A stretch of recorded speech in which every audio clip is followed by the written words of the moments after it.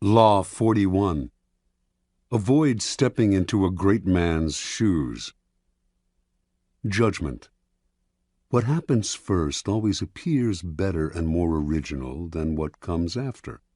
If you succeed a great man or have a famous parent, you will have to accomplish double their achievements to outshine them. Do not get lost in their shadow or stuck in a past not of your own making. Establish your own name and identity by changing course. Slay the overbearing father, disparage his legacy, and gain power by shining in your own way. Observance of the law.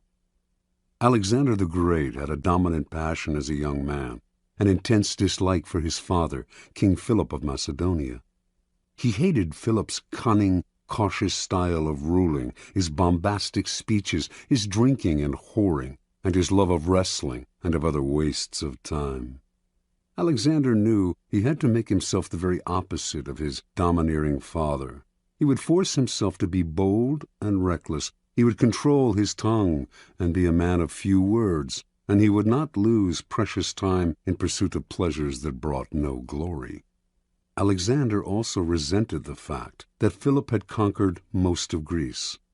"My father will go on conquering till there is nothing extraordinary left for me to do," he once complained.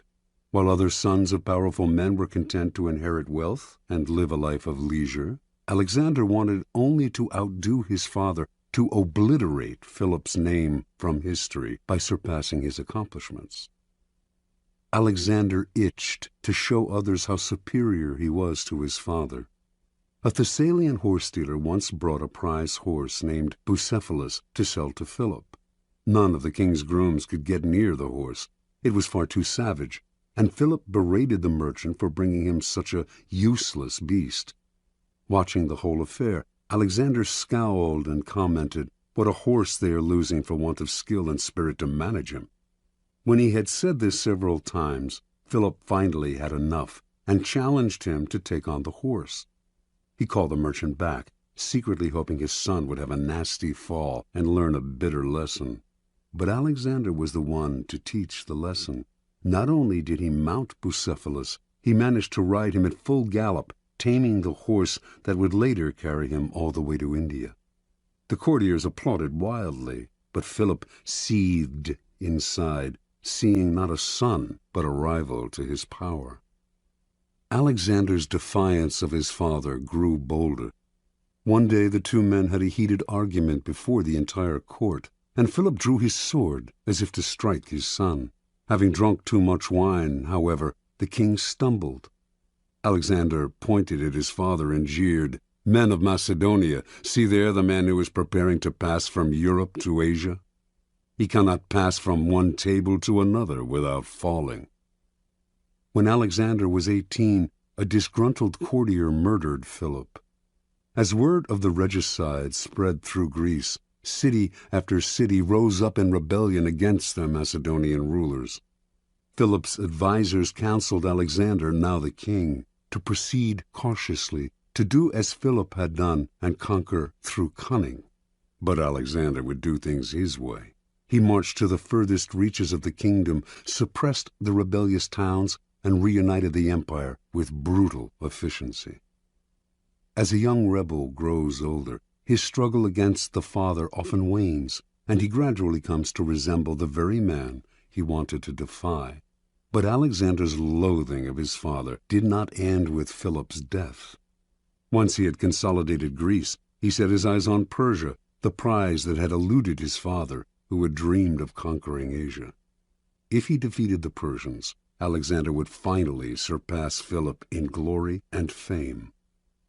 Alexander crossed into Asia with an army of 35,000 to face a Persian force numbering over 1,000,000. Before engaging the Persians in battle, he passed through the town of Gordium. Here, in the town's main temple, there stood an ancient chariot tied with cords made of the rind of the cornel tree. Legend had it that any man who could undo these cords, the Gordian knot, would rule the world. Many had tried to untie the enormous and intricate knot, but none had succeeded. Alexander, seeing he could not possibly untie the knot with his bare hands, took out his sword and with one slash cut it in half. This symbolic gesture showed the world that he would not do as others, but would blaze his own path.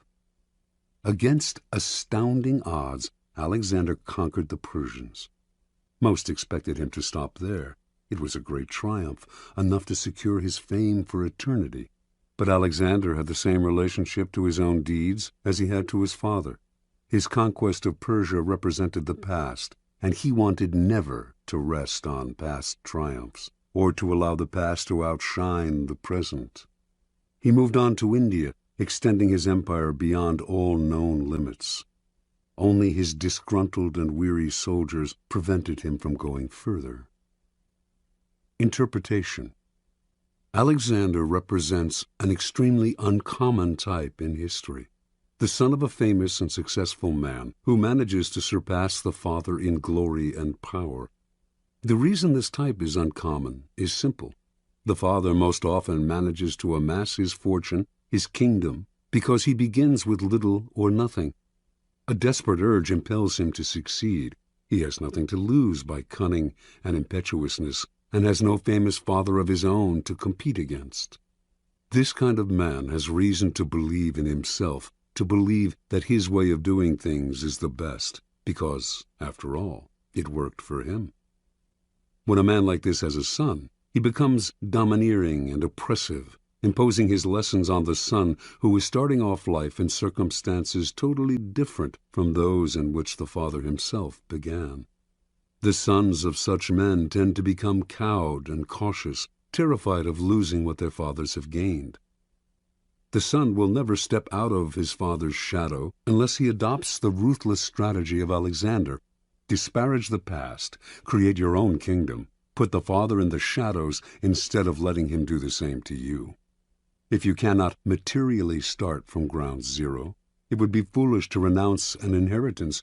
You can at least begin from ground zero psychologically by throwing off the weight of the past and charting a new direction. Alexander instinctively recognized that privileges of birth are impediments to power. Be merciless with the past then, not only with your father and his father, but with your own earlier achievements.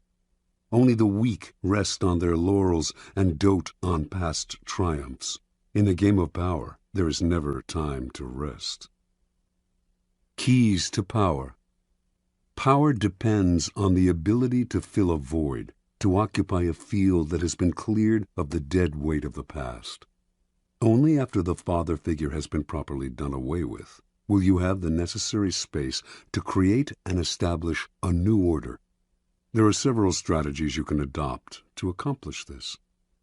Perhaps the simplest way to escape the shadow of the past is simply to belittle it, playing on the timeless antagonism between the generations, stirring up the young against the old. For this, you need a convenient older figure to pillory. John F. Kennedy knew the dangers of getting lost in the past.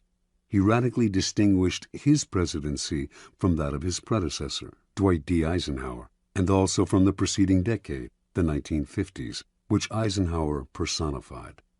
Kennedy, for instance, would not play the dull and fatherly game of golf, a symbol of retirement and privilege, and Eisenhower's passion. Instead, he played football on the White House lawn. In every aspect, his administration represented vigor and youth, as opposed to the stodgy Eisenhower. Kennedy had discovered an old truth. The young are easily set against the old, since they yearn to make their own place in the world and resent the shadow of their fathers. Never let yourself be seen as following your predecessor's path. If you do, you will never surpass him. You must physically demonstrate your difference by establishing a style and symbolism that sets you apart. When General Douglas MacArthur assumed command of American forces in the Philippines during World War II, an assistant handed him a book containing the various precedents established by the commanders before him, the methods that had been successful for them. MacArthur asked the assistant how many copies there were of this book. 6, the assistant answered. "Well," the general replied, "you get all those 6 copies together and burn them, every one of them. I'll not be bound by precedents. Any time a problem comes up, I'll make the decision at once, immediately. Adopt this ruthless strategy toward the past, burn all the books, and train yourself to react to circumstances as they happen. You may believe that you have separated yourself from the predecessor or father figure, but as you grow older, you must be eternally vigilant, lest you become the father you had rebelled against. Finally, plenitude and prosperity tend to make us lazy and inactive. When our power is secure, we have no need to act. This is a serious danger, especially for those who achieve success and power at an early age. You must be prepared to return to square one psychologically, rather than growing fat and lazy with prosperity. Pablo Picasso could deal with success, but only by constantly changing the style of his painting, often breaking completely with what had made him successful before. How often our early triumphs turn us into a kind of caricature of ourselves. Powerful people recognize these traps. Like Alexander the Great, they struggle constantly to recreate themselves. The father must not be allowed to return. He must be slain at every step of the way.